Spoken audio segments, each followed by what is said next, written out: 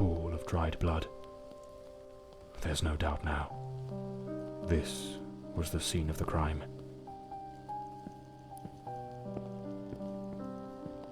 A rag doll, tossed on the floor. I'd wager it used to sit neatly on the bed. Either it was knocked over in the scuffle, or perhaps Elodie dropped it herself in the panic. Photograph of Elodie Fordside and Walter Brandon. If my memory serves me right, looks like it was taken at Westland Asylum. There was a struggle here, clear as day. Not a clean break-in. The killer wasn't subtle. Judging by the sheer brutality of the crime, we can almost certainly conclude the killer was a man of considerable build. The blood-stained coat, found alongside the greenhouse knife, suggests that the mysterious figure seen loitering nearby may, in fact, be the very same individual who committed the murder. They say the killer always returns to the scene of the crime. But 20 years have passed. Why now? Let's attempt to reconstruct the events, just as they might have unfolded that night, and try to understand precisely what happened.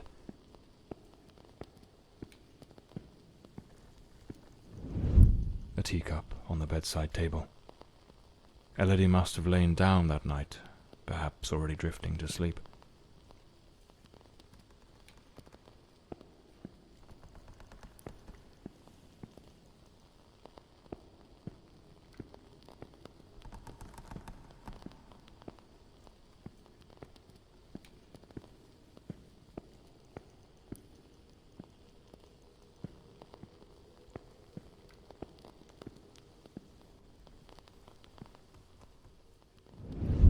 The door's lock, completely broken, indicates someone forced their way into the room, likely startling Elodie awake.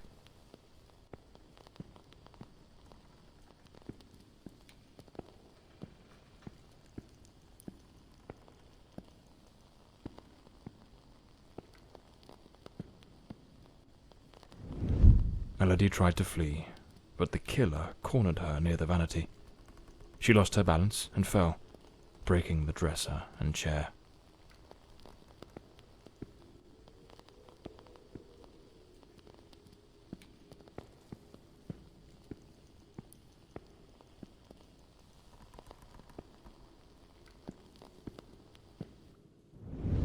The killer dragged her to the bed against her will. In the struggle, one of the vases fell from the mantelpiece. On the bed, the killer stabbed her mercilessly, again and again, staining the sheets with blood.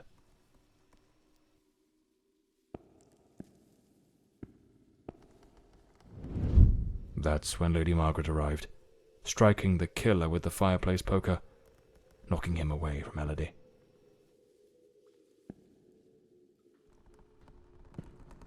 Wounded, the killer fled the scene. But it was already too late.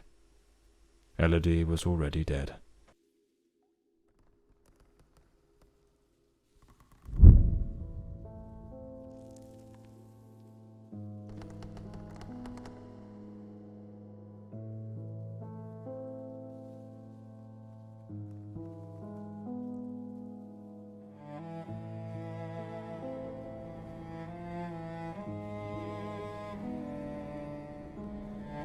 The old Bloomsbury mansion. It choked my thoughts.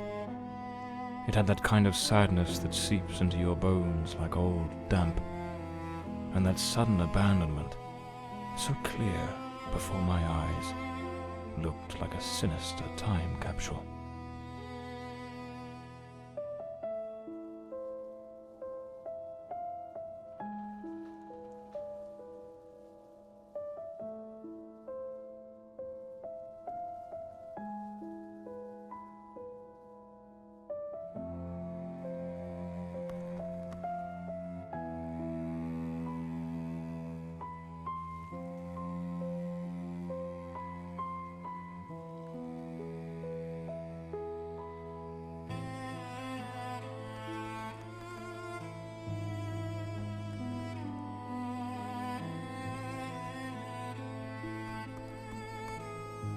One thing was certain. My next move was to dig up answers about the man with the knife, and about Walter Brandon, the sailor from Westland Asylum, an old, forgotten sanatorium that, 20 years ago, was the scene of a meeting between Elodie Fordside and that Brandon fellow.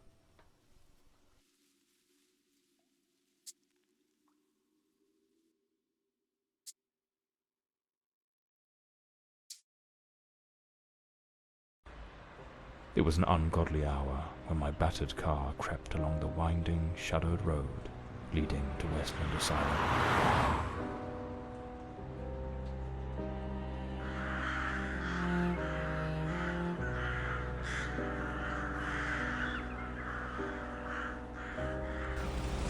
But what I found upon arrival was disquieting.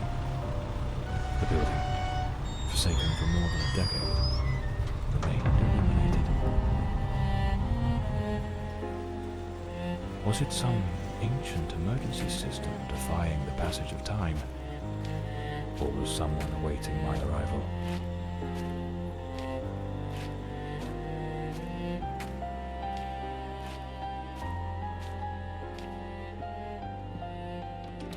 The front door, sealed shut. As expected. Nothing's ever straightforward, is it? I'll have to find another way in.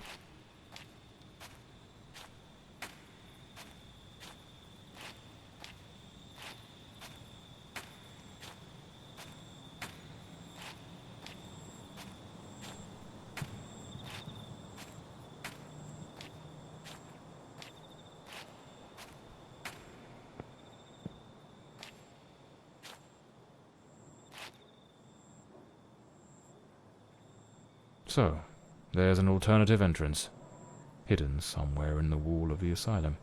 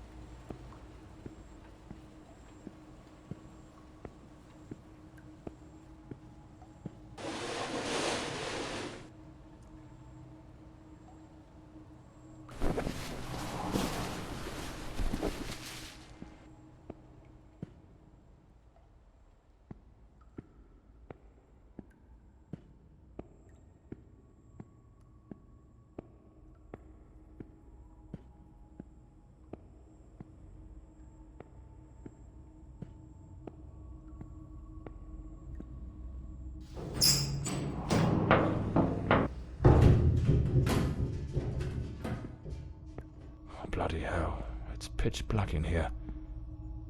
Looks like I've stumbled into what could be the kitchen. Damn it. The lantern. It's broken. I'll have to manage without it for now.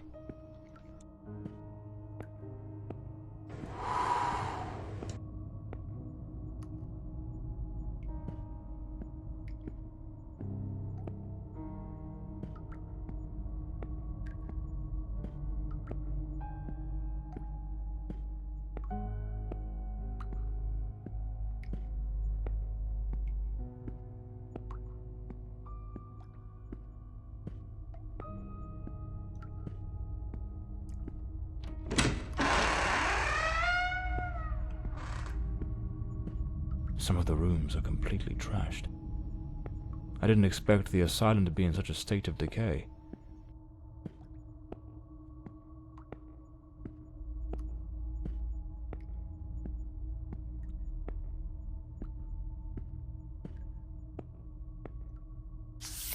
May 1922. This letter was written half a year before Elodie's murder. It's possible she was still a patient here at the time. The nurses were genuinely concerned about the aggression of patient B03. Westland Asylum was a top place in its good old days.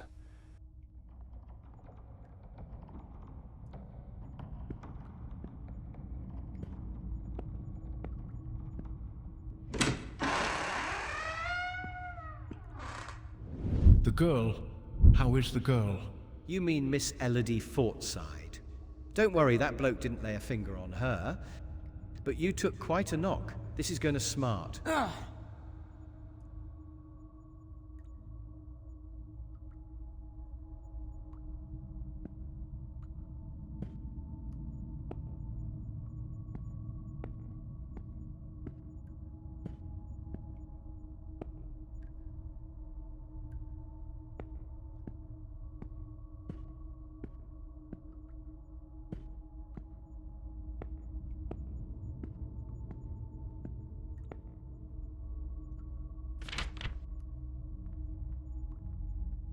The asylum was shut down 10 years ago. Judging by the state it's in, they probably had no choice but to close it due to the building's condition.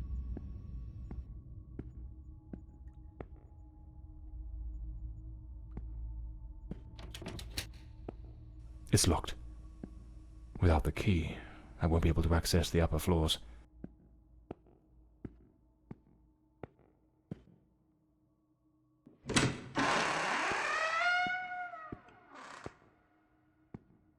This file cabinet is now empty. It probably held all the records of the inpatients.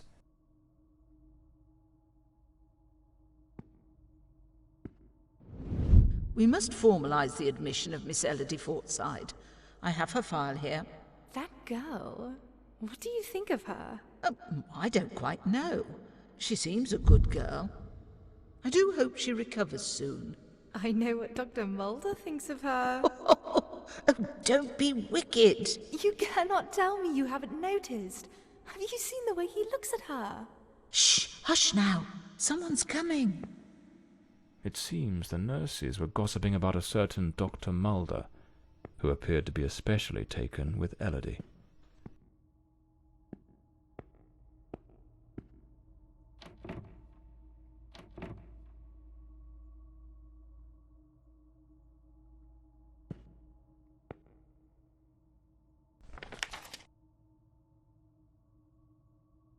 I need to find Dr. Sheridan's office.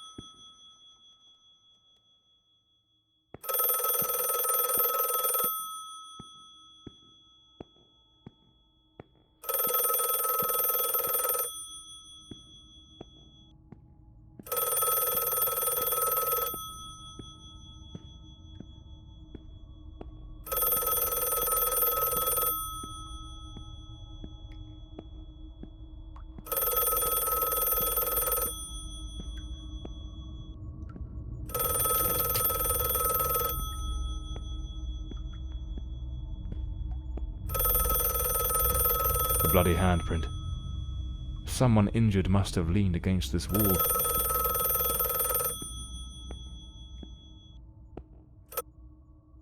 Hello? Hello? Can you hear me? Mr. Morley, is that you? Lady Margaret? Mr. Morley, I'm so relieved to hear your voice. I've been trying to reach your office, but I couldn't get through to anyone. It's awfully late at night, Lady Margaret. How on earth did you know I was at Westland Asylum? Well, I was already in bed, truth be told, but there was something on my mind. A vital detail I'd forgotten to mention. I called your office, searched for you at the mansion, and when I couldn't find you there, I assumed you might be investigating at the asylum. I see. Very resourceful of you. Now tell me, what is this detail of such importance? Oh, yes, of course. I almost forgot. You see, the truth is, I'm afraid that you're not alone. What the devil does that mean? Hello? Lady Margaret?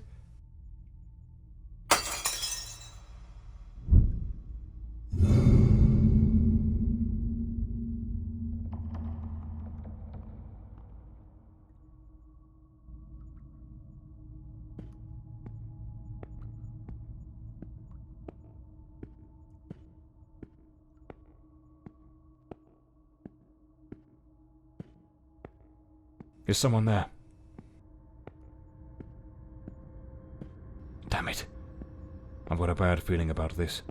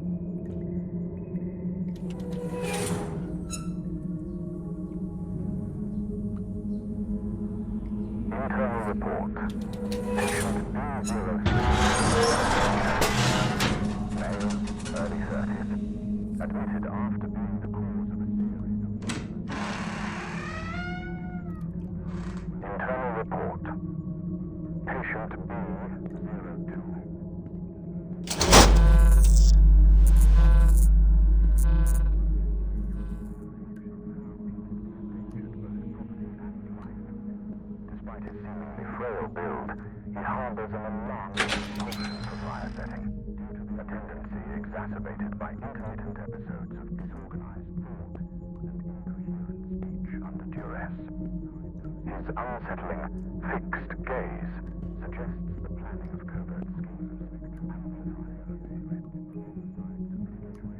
He is isolated in a secure cell, thoroughly cleared of flammable materials. His management, ongoing monitoring is maintained.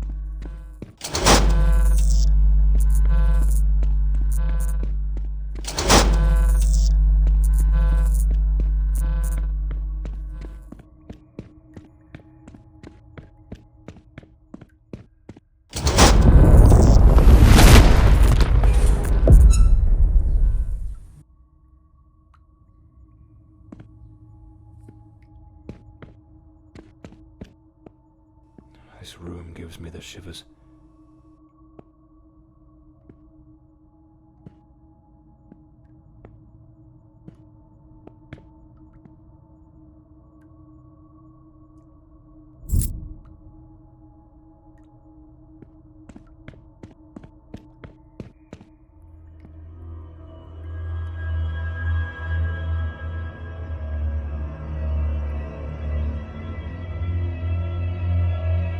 I need to hide.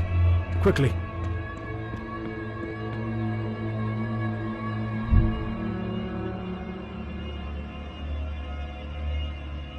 I can't hear it. Could it be gone?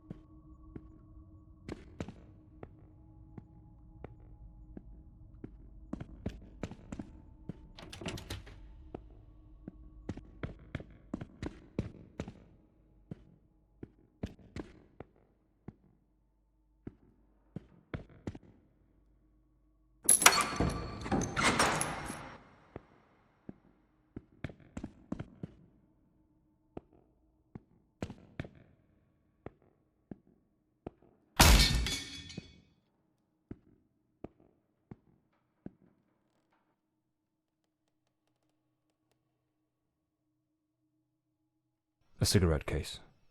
With clean water, an apple, a bit of bread. The food still fresh. A maintenance uniform. Oddly well prepared. Not a speck of dust on it. Looks like someone's been coming through here. Perhaps this is what Lady Margaret meant in her call. Or was she trying to warn me about something else?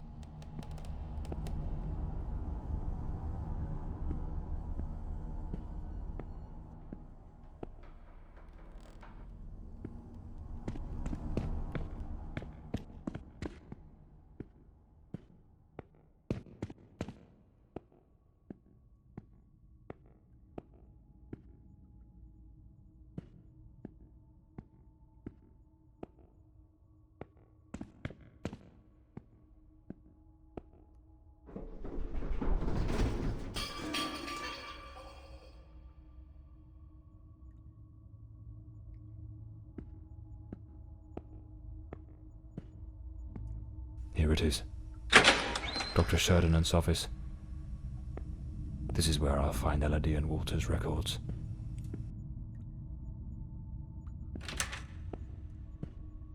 Nothing of interest here.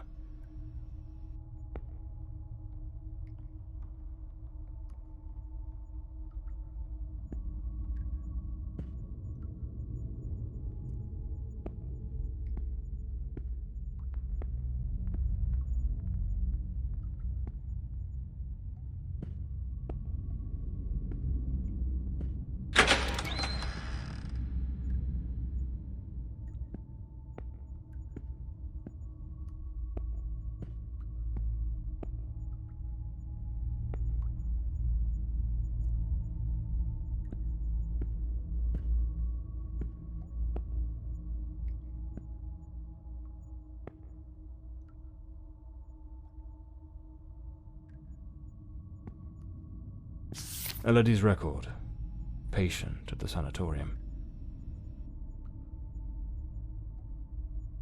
Strange.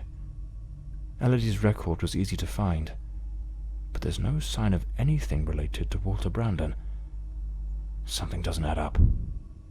What am I missing?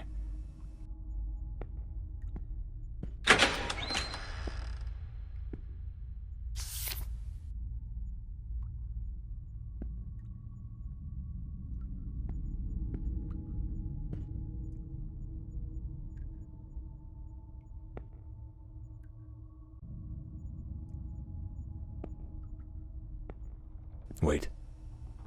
No, it can't be. There he is, in the photo. Dr. Sheddenand in the center, and right next to him, it's him. The man with the knife. That wild mane, that unkempt beard, it's unmistakable.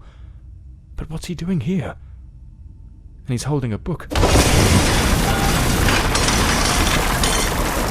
What was that noise? Sounds like something just came crashing down.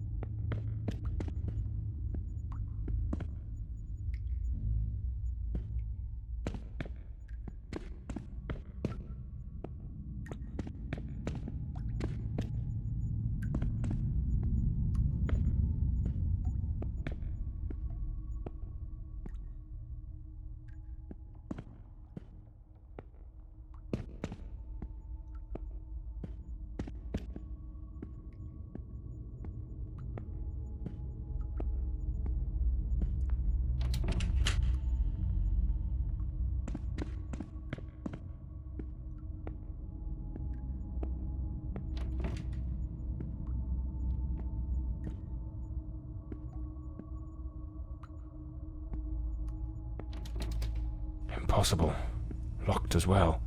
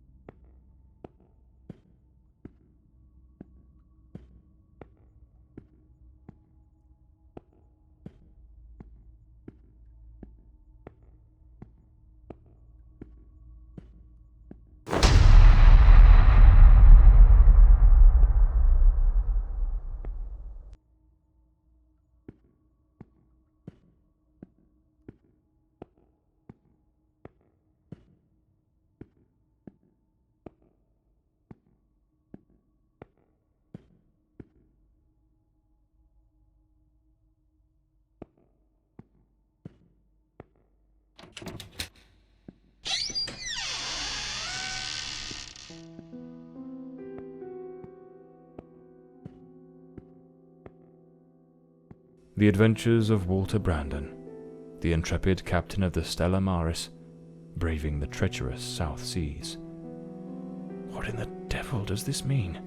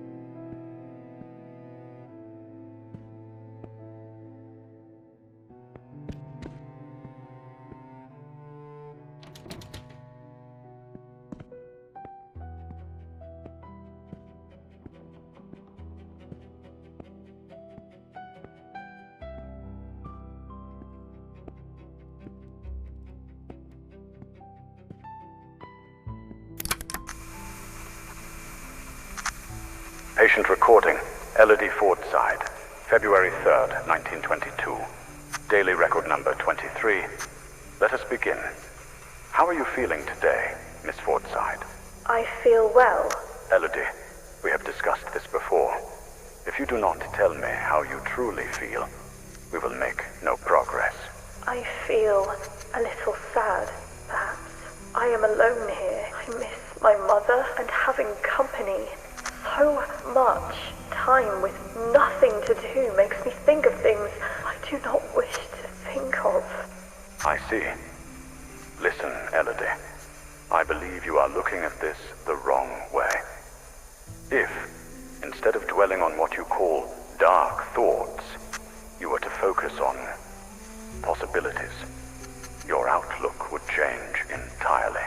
A young, beautiful woman such as yourself should look to the future with excitement. Think of all the adventures that lie ahead. Your family, your career as a painter. Perhaps even finding a man. A man of good standing. One who could protect you from your demons. A man? Tell me, Elodie, is there no man who stirs your heart? What in God's name do you think you're doing? Miss Fordside, you may go. We shall continue later. Very well. Have you lost your mind? Where is your professionalism? Do not presume to judge my methods with your oh-so-righteous reading therapy. Methods? The entire hospital is whispering about you. She is a patient, Dr. Mulder, and she is mentally unwell. Listen, Sherdinant. Stay out of my affairs, and I shall stay out of yours.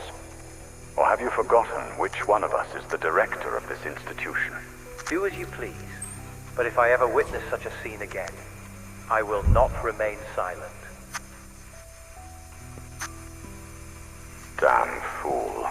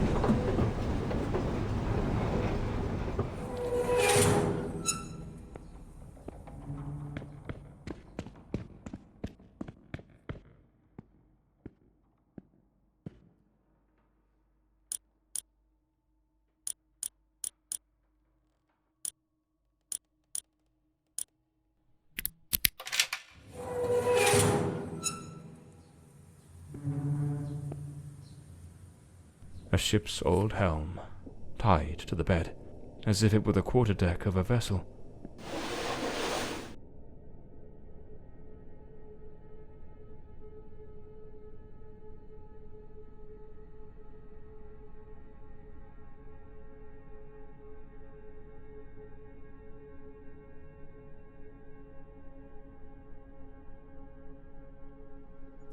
This must be the key to the attic. Let's see where it leads. That hospital screen is positioned like the sail of a ship.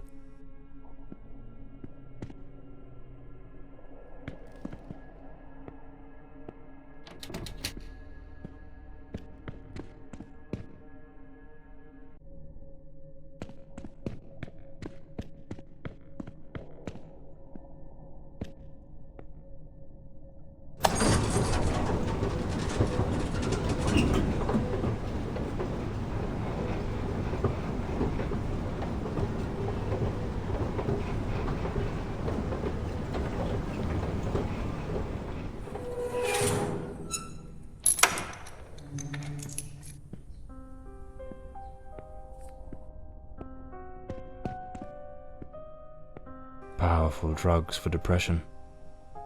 Anxiolytics. The girl improved, but it seems the doctors were baffled by her mind. Looks like Elodie found herself a little hideaway to keep practicing her dark craft. Elodie found painting, and with it, a way to spill the shadows that crawled through her mind.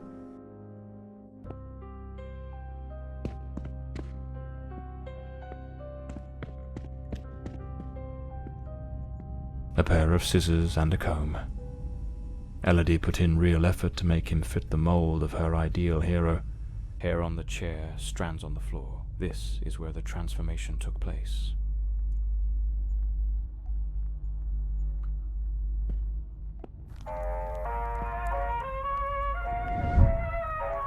She remade patient 1365 in the image of her most secret longings.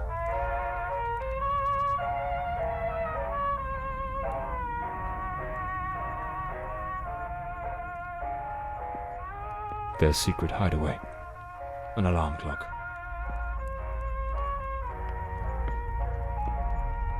Most likely, they used it to slip back to the second floor before anyone noticed they were gone. For a while, they managed to keep their affair in the shadows, far from the eyes of doctors and nurses.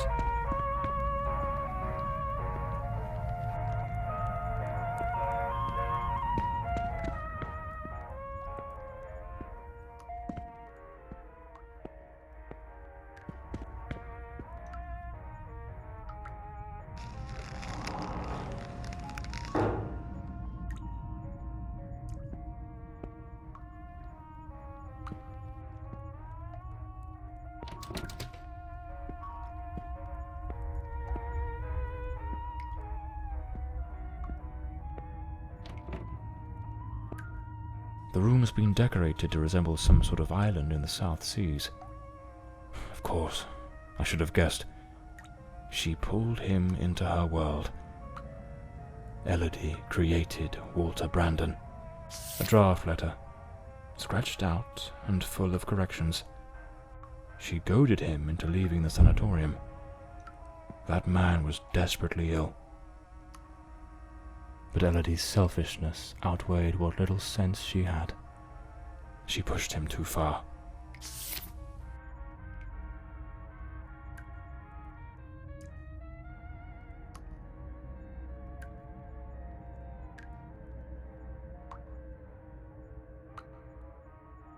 This letter. At the very least, it's highly inappropriate.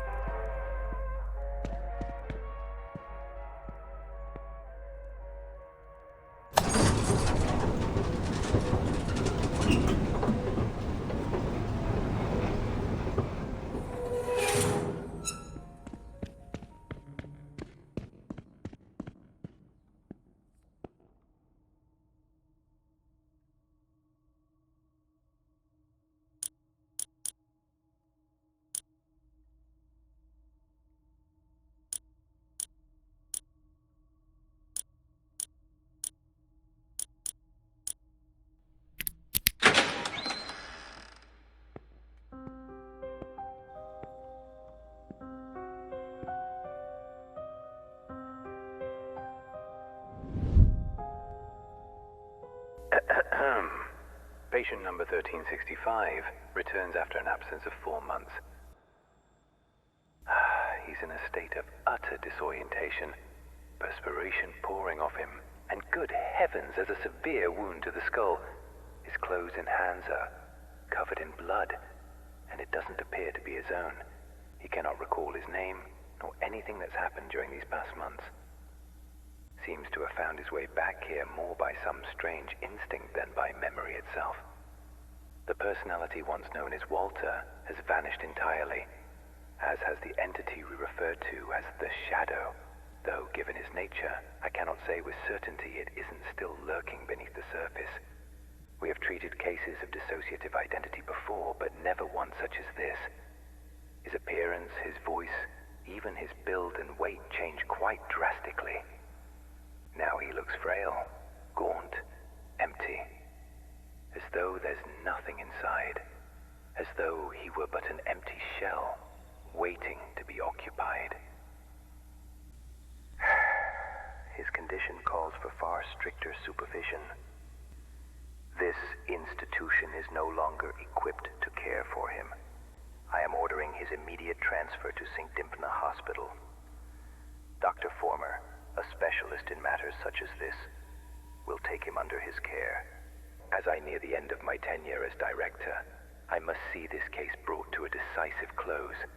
The blood upon his hands, the emptiness in his eyes, all point to an act of the gravest kind. One his mind appears to have erased entirely. God help us, if the Shadow should ever wake again.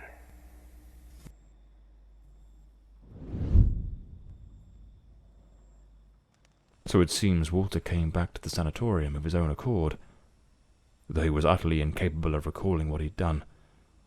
They moved him to St. Dymphna's Hospital. Could he still be there after 20 years? What became of him? I'll have to follow this lead.